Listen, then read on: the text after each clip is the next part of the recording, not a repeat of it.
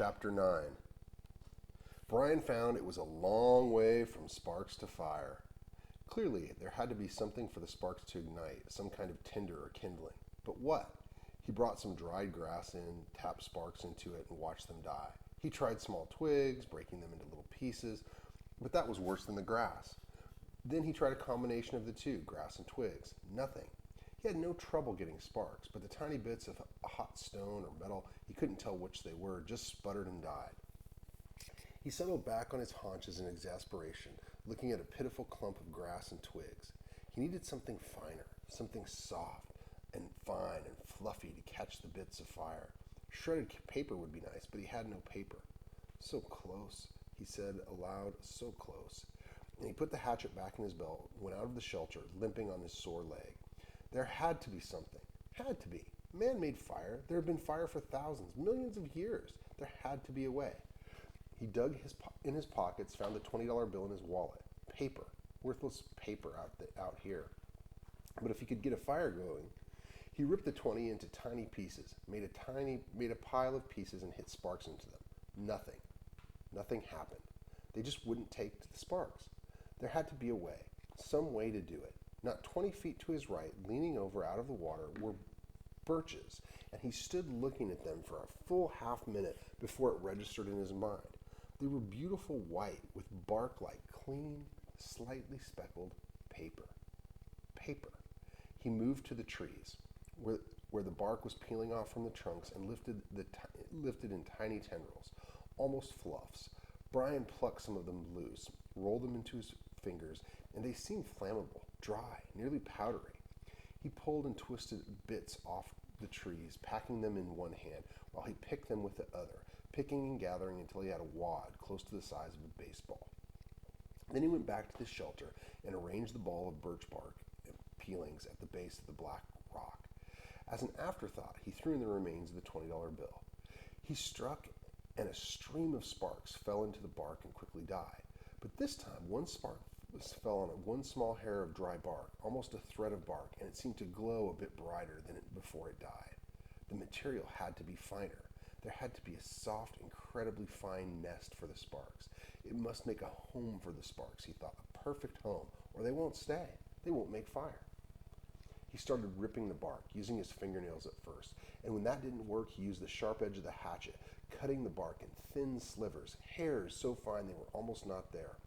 It was a painstaking work, slow work, and he stayed with it for over 2 hours. Twice he stopped for a handful of berries and once to go to the lake for a drink, and then back to work, the sun on his back, until at last he had a ball of fluff as big as a grapefruit.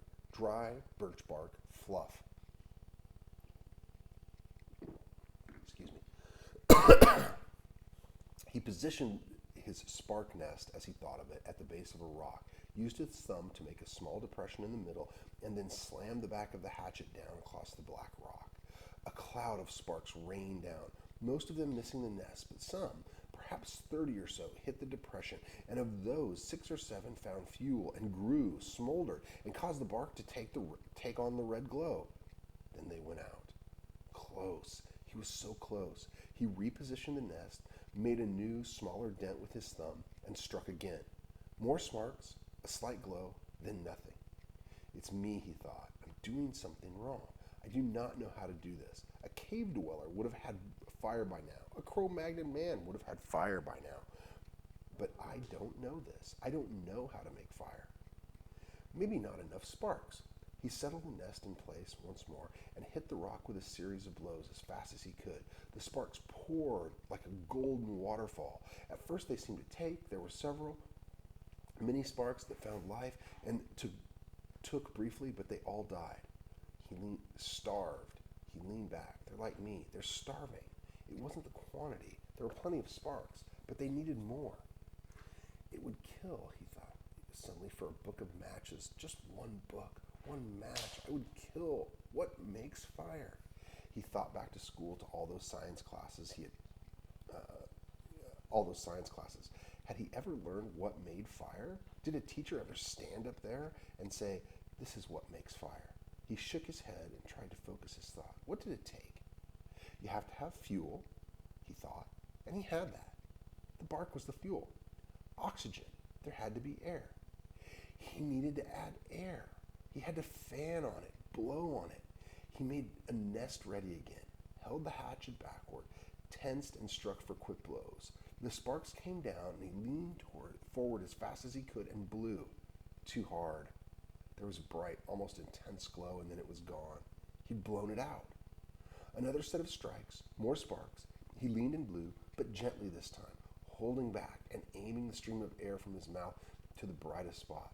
5 or 6 sparks had fallen, tight mass of bark hair, and Brian centered his efforts there. The sparks grew with his gentle breath. The red glow moved from the sparks themselves to the bark and moved and grew and became worms, glowing red worms that crawled up the bark hairs and caught the threads of the bark and grew more until there was a pocket of red as big as a quarter, a glowing red coal of heat. And then he ran out of breath and paused to inhale, and all the red balls suddenly burst into flame. "Fire!" he yelled. "I've got fire! I've got it! I've got it! I've got it!" But the flames were thick and oily and burning fast, consuming the ball of bark as fast as if it were gasoline. He needed to feed the flames, keep them going. Working as fast as he could, he carefully placed dried grasses and woods and pieces that he had tried at first on top of the bark and was gratified to see them take. But they would go fast. He needed more and more. He could not let the flames go out. He ran from the shelter to the pines and started breaking off the low, small, dead limbs. These he threw in the shelter. He went back for more, threw those in, squatted to break and feed the hungry flames. And when the small wood was going well, he went out and found larger wood and did not relax until that was going. And then he leaned back against the wood brace of his door opening and smiled. "I have a friend," he thought. "I have a friend now. A hungry friend, but a good one. I have a friend named Fire." "Hello, Fire." The curve of the rock back made an almost perfect drawing flue and carried the smoke up through the cracks in the roof, but held the heat. If he kept the fire small, it would be perfect. It would keep anything like a porcupine from coming through the door again. A friend and a guard, he thought. So much from a little spark. A friend and a guard from a tiny spark.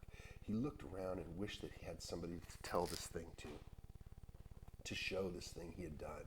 But there was nobody. Nothing but the trees and the sun and the breeze and the lake. Nobody. And he thought, rolling thoughts, with smoke curling up over his head and the smile still half on his face, he thought, "I wonder what they're doing now. I wonder what my father is doing now. I wonder what my mother is doing now. I wonder if she's with him.